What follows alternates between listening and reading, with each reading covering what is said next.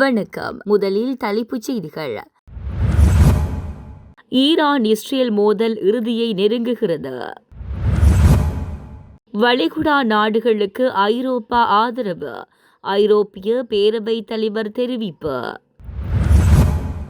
Trump நிர்வாகத்துக்கு எதிராக அமெரிக்காவில் போராட்டம். துபாயில் உள்ள அமெரிக்க தளம் மீது ஈரான் தாக்குதல். பல அமெரிக்க ராணுவம் பலியானதாக ஈரான் அறிவிப்பு. தொடர்வது விரிவான செய்திகள். மத்திய கிழக்கு போர்க்களத்தில் கடந்த 24 மணி நேரத்தில் வரலாறு காணாத அளவுக்கான வான்வழி தாக்குதல்கள் ஈரானின் தலைநகர் தெஹ்ரான் மீது நடத்தப்பட்டுள்ளன. சுமார் 150க்கும் மேற்பட்ட போர் விமானங்கள் ஒன்றிணைந்து 120க்கும் அதிகமான அதிநவீன ஏவுகணைகளை வீசி ஈரானின் முக்கிய இராணுவ கட்டமைப்புகளை சிதைத்துள்ளன. ஈரானின் இராணுவ பலத்தை முடக்கும் நோக்கில் நடத்தப்பட்ட இந்த தாக்குதலில் முக்கிய இடங்கள் தரைமட்டமாக்கப்பட்டுள்ளன. பாலிஸ்டிக் ஏவுகணை உற்பத்தி மையம் ஈரானின் நீண்ட தூர ஏவுகணைகளுக்கு தேவையான முக்கிய பாகங்களை உருவாக்கும் அதிமுக்கிய தளம் தகர்த்தப்பட்டது. இராணுவ ஆராய்ச்சி மற்றும் அதிநவீன ஆயுதங்களை உற்பத்தி செய்யும் தளம் முற்றாக அழிக்கப்பட்டுள்ளது. இந்த நிலையில் தெஹ்ரான் மற்றும் அதனை சுற்றியுள்ள பகுதிகளில் இரவு முழுவதும் வானம் அதிரும் வகையில் தாக்குதல்கள் தொடர்ந்தன. ஈரானின் வான் பாதுகாப்பு அமைப்புகள் பல ஏவுகணை தடுத்ததாக கூறினாலும் முக்கிய இராணுவ மையங்கள் பாரிய சேதங்களை சந்தித்துள்ளதாக தகவல்கள் தெரிவிக்கின்றன. இந்த தாக்குதல் ஈரானின் ஏவுகணை தொழில்நுட்பத்தை பல ஆண்டுகள் பின்னோக்கி தள்ளியுள்ளதாக இராணுவ ஆய்வாளர்கள் கருதுகின்றனர். அமெரிக்கா மற்றும் இஸ்ரேலுக்கு எதிரான போரில் ஈரானுக்கு ஆதரவாக நின்ற ஈராக் மற்றும் ஈரானின் புதிய உச்ச தலைவர் முஜ்தபா ஹமேனி தனது நன்றியை தெரிவித்துள்ளார். ஈரானிய ஆக்கிரமிப்புக்கு எதிராக தெளிவான நிலைப்பாட்டை எடுத்தமைக்காக ஈராக்கின் உயரிய மத அதிகாரமான அய்துல்லா அலி சிஸ்தானி மற்றும் ஈராக் மக்களுக்கு ஒரு எழுத்துப்பூர்வ செய்தி மூலம் அவர் இந்த நன்றியை தெரிவித்துள்ளார். முஜ்தபா ஹமேனி ஈரானின் 3வது உச்ச தலைவராக பதவியேற்ற பிறகு போர்ச்சூழலில் பொதுவெளியில் நேரில் தோன்றாமல் இருப்பது அவரது இருப்பிடம் மற்றும் உடல்நிலை குறித்த பலத்த ஊடகங்களுக்கு வழிவகுத்துள்ளது. இருப்பினும் வான்வழி தாக்குதலில் ஏற்பட்ட காயங்களிலிருந்து அவர் குணமடைந்து வருவதாக ஈரானிய அரசு தொலைக்காட்சி மற்றும் சில அதிகாரிகள் சுட்டிக்காட்டியுள்ளனர். ஈராக்குடனான இந்த ராஜதந்திர நெருக்கமானது மத்திய கிழக்கில் அமெரிக்க எதிர்ப்பு அலைகளை ஒருங்கிணைக்கும் ஒரு முயற்சியாக பார்க்கப்படுகின்றமை குறிப்பிடத்தக்கது. தெற்கு லெபனானில் தற்போதுள்ள பாதுகாப்பு மண்டலத்தை மேலும் விரிவுபடுத்துமாறு இஸ்ரேலிய இராணுவத்துக்கு பிரதமர் பெஞ்சமின் நெதன்யாகு உத்தரவு பிறப்பித்துள்ளார். இஸ்ரேலின் வடக்கு பகுதியில் நிலவும் பாதுகாப்பு சூழலை அடிப்படையாக மாற்றி அமைப்பதில் நாங்கள் உறுதியாக உள்ளோம் என அவர் சுட்டிக்காட்டியுள்ளார்.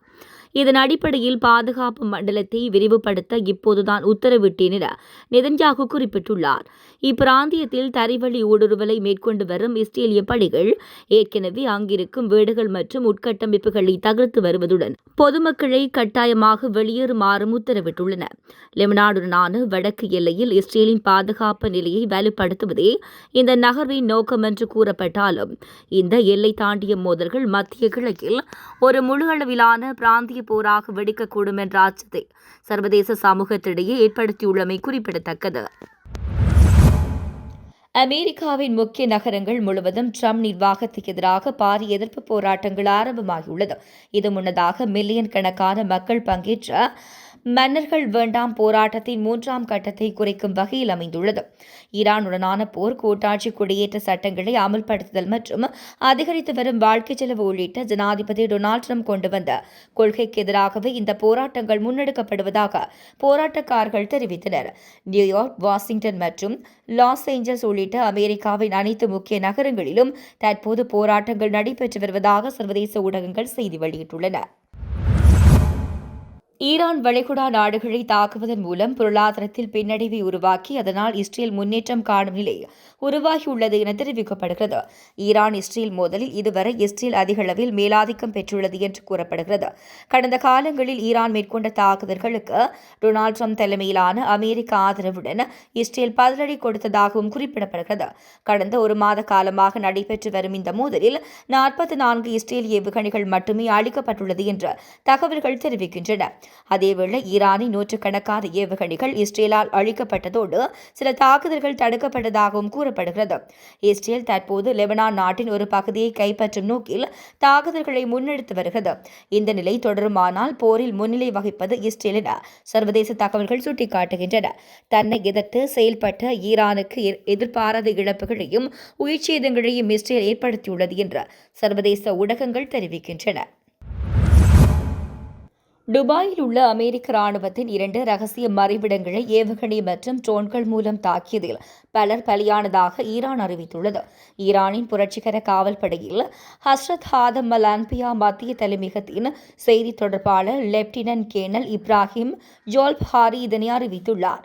அவர் கூற்றுப்படி பிராந்தியத்தில் உள்ள அமெரிக்க தளங்கள் மீது ஈரான் நடத்திய முந்தைய தாக்குதல்களை தொடர்ந்து அமெரிக்க ராணுவத்தினர் துபாயில் உள்ள 2 ரகசிய இடங்களுக்கு தப்பியோடி ஒளிந்திருந்தனர். முன்னதாக நேற்று அபுதாபியின் ஹலீஃபா பொருளாதார மண்டலம் மற்றும் சவுதியின் பிரின்ஸ் சுல்தான் விமானப்படை தளம் மீதான தாக்குதல்களை தொடர்ந்து துபாயிலும் தாக்குதல் நடத்தப்பட்டுள்ளதாக ஈரான் கூறுவது வளைகுடா நாடுகளில் பெரும் பரபரப்பை ஏற்படுத்தியுள்ளது. இந்த தாக்குதல் மற்றும் உயிரிழப்புகள் குறித்து அமெரிக்க ராணுவம் இதுவரை அதிகாரப்பூர்வமாக வித கருத்தையும் தெரிவிக்கவில்லை. இதற்கிடையே மேலும் 3500 அமெரிக்க வீரர்கள் மத்திய கிழக்கு போர்க்கப்பல்களில் அனுப்பப்பட்டுள்ளதாக தகவல் வெளியாகியுள்ளது. அவர்கள் ஈரான் எல்லையில் குவிக்கப்பட உள்ளனர் என கூறப்படும் நிலையில் ஈரான் மண்ணில் அவர்கள் கால் வைத்தால் சவப்பட்டிகளில்தான் அமெரிக்கா திரும்புவார்கள் என ஈரான் எச்சரிக்கை விடுத்துள்ளது. மத்திய கிழக்கில் நீடித்து வரும் மோதல் சூழ்நிலையில் வளைகுடா நாடுகளுக்கு தனது ஆதரவை ஐரோப்பிய ஆணைக்குழு மீண்டும் உறுதிப்படுத்தியுள்ளது. ஐரோப்பிய பேரவையின் தலைவர் அன்டோனியோ கோஸ்டா இந்த விடயத்தை உறுதிப்படுத்தியுள்ளார். ஈரான் மேற்கொண்டு வரும் வான்வழி தாக்குதல்கள் மற்றும் ட்ரோன் தாக்குதல்கள் பொதுமக்கள் மற்றும் முக்கிய கட்டமைப்புகளை குறிவைப்பதாக கோஸ்டா எக்ஸ் தளத்தில் குற்றம் சுமத்தி பதிவிட்டுள்ளார். இத்தகைய தாக்குதல்கள் உடனடியாக நிறுத்தப்பட வேண்டும் எனவும் வளைகுடா ஒத்துழைப்பு பேரவை நாடுகளுடன் ஐரோப்பிய ஒன்றியம் ஒற்றுமையாக நிற்கிறது என்று தெரிவித்துள்ளார். அந்த உரையாடலிலும் ஐரோப்பிய ஒன்றியத்தின் முழுமையான ஆதரவு மீண்டும் வலியுறுத்தப்பட்டது. மத்திய கிழக்கில் பாதுகாப்பும் நிலைத்தன்மையும் உறுதியாக இருக்க அனைத்து தரப்பும் பதற்றத்தை குறைத்து தூதரக பேச்சுவார்த்தைக்கு வாய்ப்பு அளிக்க வேண்டும் என்று கோஸ்டா குறிப்பிட்டுள்ளார்.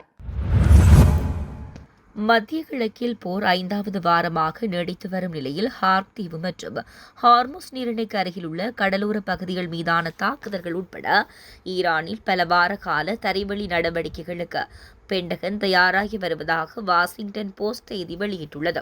ஆனால் ஜனாதிபதி டொனால்ட் ட்ரம்ப் அந்த திட்டங்களில் எதற்காவது ஒப்புதல் அளிப்பாரா என்பது நிச்சயமற்றதாகவே உள்ளது என பெயர் குறிப்பிடப்படாத அமெரிக்க அதிகாரிகளை மேற்கோள் காட்டி தி போஸ்ட் செய்தி வெளியிட்டுள்ளது. எந்தவொரு தரைவழி நடவடிக்கையும் ஒரு முழு அளவிலான படையெடுப்பாக இருக்காது என்றும் அந்த அறிக்கையில் குறிப்பிடப்பட்டுள்ளது. பரிசீலனையில் உள்ள நோக்கங்களை நிறைவு செய்வதற்கு மாதங்கள் அல்ல வாரங்களே ஆகக்கூடும் என்று ஒருவர் போஸ்ட் பத்திரிகையிடம் தெரிவித்துள்ளார். மற்றும் ஒருவர் சாத்தியமான காலக்கெடு 2 மாதங்கள் ஆகலாம் என்று குறிப்பிட்டுள்ளார். ஈரானின் கச்சா எண்ணெய் ஏற்றுமதியில் சுமார் 90% பங்கை கொண்டுள்ள ஹார்க் தீவை அமெரிக்க படைகள் கைப்பற்றக்கூடும் என ஊடகங்களில் செய்தி நிலவி வருகின்றன. இந்த மாத தொடக்கத்தில் அமெரிக்க வான்வழி தாக்குதல்களாலும் அது குறிவைக்கப்பட்டது. ட்ரம்ப் அதனை தெஹ்ரானின் கிரீட் ஆபரணம் என்று வர்ணித்தார். வளைகுடா எண்ணெய் மற்றும் எரிவாயு ஏற்றுமதிக்கான முக்கிய கடல்வழி பாதையான ஹார்முஸ் நீரிணையை மீண்டும் திறக்குமாறு ஈரானுக்கு ட்ரம்ப் பலமுறை எச்சரிக்கை விடுத்துள்ளார்.